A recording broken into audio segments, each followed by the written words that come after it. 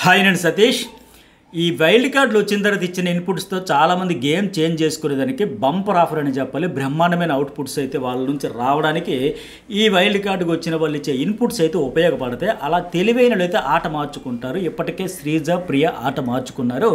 కానీ ఇంకా మార్చుకునేది ఎవరంటే ఖచ్చితంగా తనుజ కూడా మార్చుకుంది అని చెప్పాలి. ఇంకా మార్చుకోవాల్సింది ఎవరంటే రీతు చౌదరి. ఖచ్చితంగా ఆవిడకు కూడా వాల్యుబుల్ ఫీడ్బ్యాక్ వీళ్ళ ద్వారా వచ్చింది.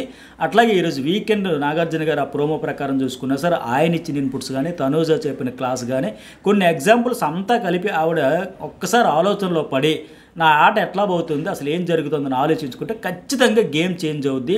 మరి తెలివైన రీతు ఆ మాదిరిగా ఆడుతుందా ఆడదా అనేది అనలైజ్ చేసే ముందు కొన్ని ఎగ్జాంపుల్స్ కూడా కొన్ని ఇన్సిడెంట్స్ అన్నీ కలిపి ఎట్లా ఆవిడ గేమ్ చేంజ్ చేసుకునేదానికి ఆవిడకి ఎట్లా హెల్ప్ అవుతాయి, డీమాన్ పవన్కి ఇక సినిమా కనిపిస్తుందా అనేది కూడా మాట్లాడుకుందాం. ఎవరి గేమ్ వాళ్ళు ఆడతారా లేకపోతే ఇంకా మేము ట్రాక్ పులిహోర అనుకుంటారో చూద్దాం. దానికంటే ముందు ఈ లత్కూరు పంచాయతీ మీద తప్పు లేదు. హ్యూమిలేట్ వర్డ్ అనిపించలేదంటే ఆయనకి అనిపించదు. ఎందుకంటే ఆయన ఎవరికైనా ఏదైనా ఏ పదమైనా వాడచ్చు, ఎలాగైనా అనొచ్చు. బట్ ఆయన అతను అని కూడా అనకూడదు. సో ఆయనకైతే అనిపించదు. సో ప్రతి వారం ఏదో ఒకటి ఆయనకి రెడ్ ఫ్లవర్ అని అనొచ్చా, హరీష్ లత్కూరు మాటలు అంటే నువ్వు బాధపడతావు లేదా ఇట్లా ఆయనైతే సమర్థించుకునే ప్రయత్నం చేస్తారు. మళ్ళీ దాని గురించి ఇప్పుడు ప్రియా చెప్పింది అనుకోండి, అప్పుడేంటి ఆ అమ్మాయి ఎవరు సంజన గారు చెప్పారు ఇలా చూస్తాడంటే సంజన మీద అప్పటి నుంచి పగ. ఇప్పుడు ప్రియా చెప్పింది కాబట్టి ప్రియా మీద పగ ఎట్లా కొనసాగుతూ ఉంటుంది ఈ నాట. అట్లాగే శ్రీజాక సంచాలకుగా బజర్ మోగితే అనే ఆ టాస్క్ పెట్టిందే బజర్ ఫస్ట్ ఎవరు మోగిస్తే వాళ్ళు తిన్నప్పుడు చాలా కన్ఫ్యూజ్ అయిపోయి చాలా సీన్ క్రియేట్ చేసి చాలా గందరగోళం అయిపోయింది ఆవిడ. ఫస్ట్ సంజన సంజన సంజన అని చెప్పి తర్వాత మళ్ళీ ప్రియా అని చెప్పి ఈ మాస్క్ అని వీళ్ళందరూ చెప్పిన తర్వాత మళ్ళీ ప్రియా అని చెప్పి చాలా హడావిడి అయింది. కాబట్టి తప్పు ఆవిడదే. అందులో భాగంగా పనిష్మెంట్గా కన్ఫ్యూజ్ అయ్యావు, క్లారిటీ మిస్ అయ్యేవని ఇప్పుడు ఏదైతే డ్రెస్ వేసుకుంది వారం అంతా అదే డ్రెస్లో ఉండాలని బిగ్ బాస్ అయితే ఒక పనిష్మెంట్ అయితే ఇస్తాడంట. అట్లాగే ఇంకోటి ఏంటంటే డీమాన్కి కూడా కోటింగ్ పడాల్సిందే. మనం ఈ వీక్ స్టార్టింగ్లోనే 2-3 డేస్లోనే ఎప్పుడైతే ఈ టెనెంట్స్ ఓనర్స్గా మారారో వాళ్ళు ప్రేమ ఉండొచ్చు, మానవత్వాన్ని ప్రదర్శిస్తూ ప్రేమ ప్రదర్శిస్తూ మరీ టూ మచ్గా రూల్స్ కూడా బ్రేక్ చేసేస్తూ ఈ కాన్సెప్ట్నే బిస్కెట్ చేసేసి పెద్దిల్లు చిన్నల్లు టెనెంట్స్ ఓనర్స్ ఎట్లా ఇది 2 హౌస్ డబుల్ డోస్ అని కాన్సెప్ట్ ఏదైతే పెట్టారో దాన్ని కంప్లీట్గా బిస్కెట్ చేసేస్తూ ఉన్నారు. సో ఆయన చెప్పొచ్చు కలెక్టివ్ డెసిషన్ అండి అని, కానీ తప్పు కదా. రూల్స్ ఫాలో అవుతూ మీరు ప్రదర్శించండి. ఫుడ్ విషయంలో మరి రేషన్ తగ్గిపోతూ ఉంది, టీ రెండోసారి తాగితే తప్పు, మిగిలిపోయిన టీ తాగితే తప్పు అని అంత పెద్దగా అరుచుకుని గొడవలు పడే కంటే అక్కడ కంట్రోల్ చేసుకోవచ్చు కదా. మరి ఫ్రూట్స్ కావాల్సిన వస్తాయి, ఫ్రూట్స్ అవి ఇచ్చుకోవచ్చు. మళ్ళీ హౌస్లోకి పర్మిషన్ అవసరం లేదన్నారు, కొంతవరకు చూపించాలి అది. కానీ అయితే ఏదైనా సరే పెరుగుడు విరుగుడు కొరక అంటారు కదా, మరి ఏందే తప్పు, కెప్టెన్గా ఈయన కంట్రోల్ చేయలేకపోయాడు. అట్టగా ఓనర్స్ కలెక్టివ్ డెసిషన్ అయినా సరే అసలుకే ఎసరు పెట్టేస్తే తప్పు, అది కోటింగే తెస్తా ఉన్నారు. ఆడియన్స్కి అది నచ్చలే. వాళ్ళు ఓనర్స్గా ఉండేటప్పుడు అతిగా చేశారు, అది నచ్చలేదు.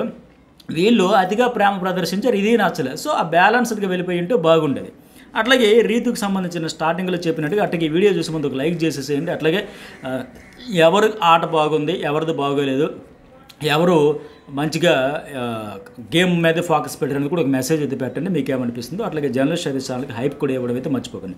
ఇక రీతు లక్కలేదు అని తలబాదుకుంటూ ఏడ్చింది కదా, అవతల వాళ్ళు చెప్పేది విని నువ్వు కామ్గా ఆడుతున్నావు చూడు, అది అందువల్ల నువ్వు లాస్ అయిపోతున్నావని నాగార్జున గారు చెప్పేటప్పుడు అక్కడ మనకి ఆయన పేరేంటి డీమాన్ పవన్ కూడా చూపిస్తూ ఉన్నారు. అంటే అతను చెప్పడం వల్ల నీ గేమ్ పాడైపోతుందేమో చెక్ చేసుకునే మాదిరిగా ఒక చిన్న ఇన్పుట్స్ అయితే హింట్స్ అయితే ఇస్తూ ఉన్నారు. సో మరి రీతుకి అయితే ఎవరు కూడా కామ్గా ఉండని చెప్పింది ఎవరు లేదు. అతను తప్ప కూల్గా ఉండు కామ్గా ఉండు అని అతడే చెప్తుంటే మిగతా వాళ్ళందరూ రెచ్చిపోయి చెలరైపోయినట్టు అయిపోయి తప్ప ఆవిడ దోస్తులందరూ అంత కంట్రోల్ చేసేది ఎవరు లేరు.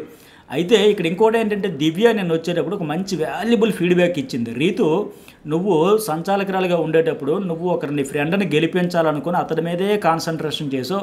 అట్లాగే అందుకే అతడిలో నీకు తప్పులు కనబడలే. మిగతా వాళ్ళని ఎలాగైనా ఓడించాలి, అతన్ని గెలిపించాలనుకున్నావు కనుక వాళ్ళలోనే నీకు తప్పులు దొరికినాయి, వాళ్ళ మీదే ఫోకస్ పెట్టు, అది అన్ఫెయిర్ అనిపించుకుంది. సో నువ్వు కరెక్ట్ కాదు అని చెప్పి 7th ప్లేస్లో పెట్టింది. ఇవన్నీ చెప్పింది. అలాగని చెప్పి మంచి పొజిషనే, 13 మందిలో 7th ప్లేస్ అంటే మీడియంగా ఉంది నీ గేమ్ అని మాదిరిగా చెప్పింది. చెబుతున్న ఇతనికి ఏం చెప్పింది డీమాన్ పవన్కి, నువ్వు ఆడేటప్పుడు టాస్క్ ఆడేటప్పుడు ఫస్ట్ ఆడేటప్పుడు ఓడిపోయావు, రెండోసారి ఆడేటప్పుడు మళ్ళీ టైర్స్ టాస్క్ ఆడేటప్పుడు గెలుచుకున్నావు. సో నీలో సత్తా ఉంది, క్యాలిబర్ అయితే ఉన్నోడివే, కానీ నువ్వు రాంగ్ రూట్లో మొదటిసారి గెలిచావు చూడు. అట్లా కాకుండా రెండోసారి నీ ఓన్ టాలెంట్తో నీ కష్టంతో సిన్సియర్గా ఫెయిర్గా ఆడి గెలిచావు చూడు, ఇక్కడ బాగుంది. సో ఇదే నమ్ముకో, దీన్నే నమ్ముకో. ఆ పులిహోర ట్రాక్ల వల్ల వచ్చా అలాంటిది వద్దు, దానివల్ల నష్టమే తప్ప లాభం లేదండి అని చెప్పి అతన్ని 4th ప్లేస్లో పెట్టింది.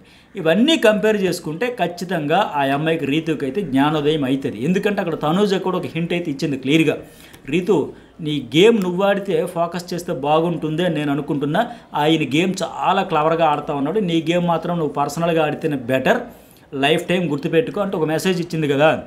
ఒక పర్సన్ నీకు ఇంపార్టెన్స్ ఇస్తున్నావు అంటేనే నువ్వు కూడా ఇటు నుంచి ఇవ్వు, లేదంటే వద్దు, గుర్తుపెట్టుకొని పదే పదే చెప్పింది.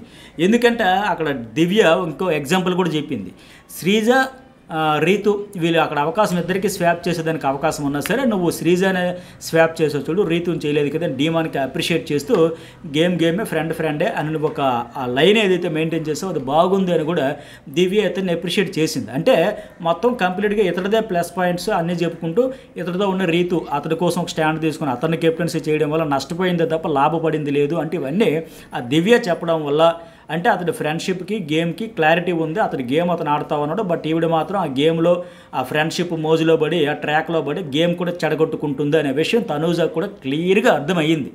సో ఇలాంటి సందర్భంలో ఏంటి, ఇప్పుడు నాగార్జున గారు కూడా చెప్పడం వల్ల ఆ అమ్మాయి ఆలోచించుకుని ఆట మార్చుకుంటుంది అనేది నేను అనుకుంటున్నా. మరి అంత తెలివిగా ఆడుతుందా లేదా చూద్దాం.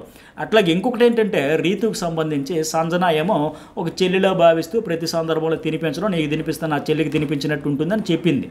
కానీ డీమాన్ ఏంటి, అదే సంజన విషయంలో అదే ఫుడ్ విషయంలో ఆవిడ ఎక్కువ పెట్టుకున్న వచ్చి ఆ ప్రియాకో ఈ రీతుకు ఎవరికొవరికి తినిపిస్తూ ఉండింది.